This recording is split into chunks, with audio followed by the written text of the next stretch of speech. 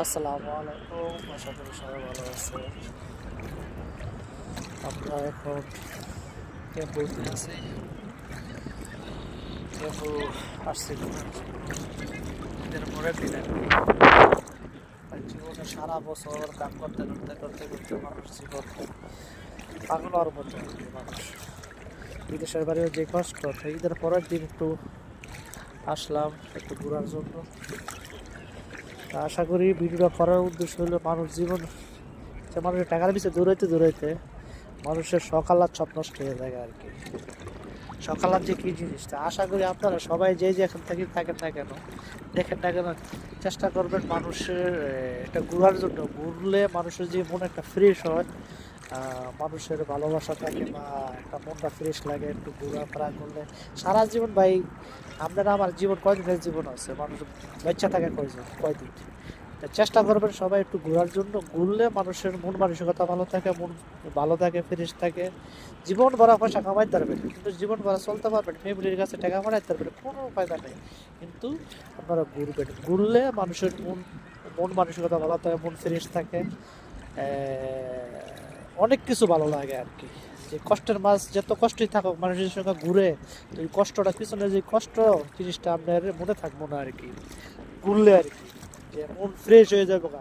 আপনি সবসময় একটা কথা চেষ্টা করেন, যত মনে কষ্ট থাকে, মনে রাগ থাকে, আপনি ঘুরবেন।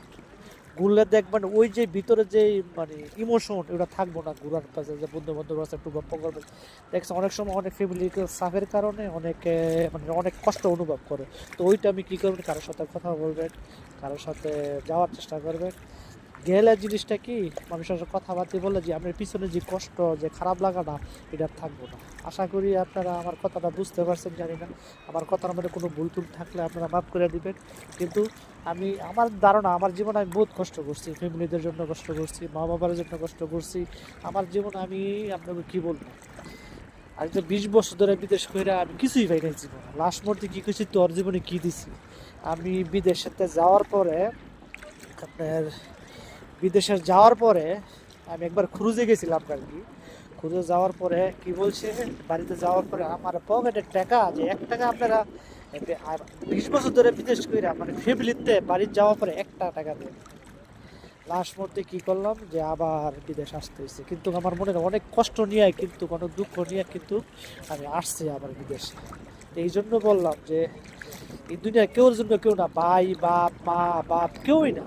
যে যার যেহেতু সার্থক আছে না, সার্থক শেষ হওয়ার পরে দেখেন আপনার 10 পায়ের মূল্য নেই। আজ বিদেশ করে আপনি পকেট খালি যান, কি বলবো যে তোর কাছে টাকা আছে, আর কাছে ব্যাংক ব্যালেন্স আসলে কিন্তু প্রকৃতি মা বাপের দেওয়া দিতে দিতে দিতে দিতে আপনার দৃশ্য হয়ে গেছে। কিন্তু তারপরে হারা মনে করেন কিন্তু আপনার কাছে টাকা আছে। কিন্তু এটা ভাই অনেক কষ্টের কথা।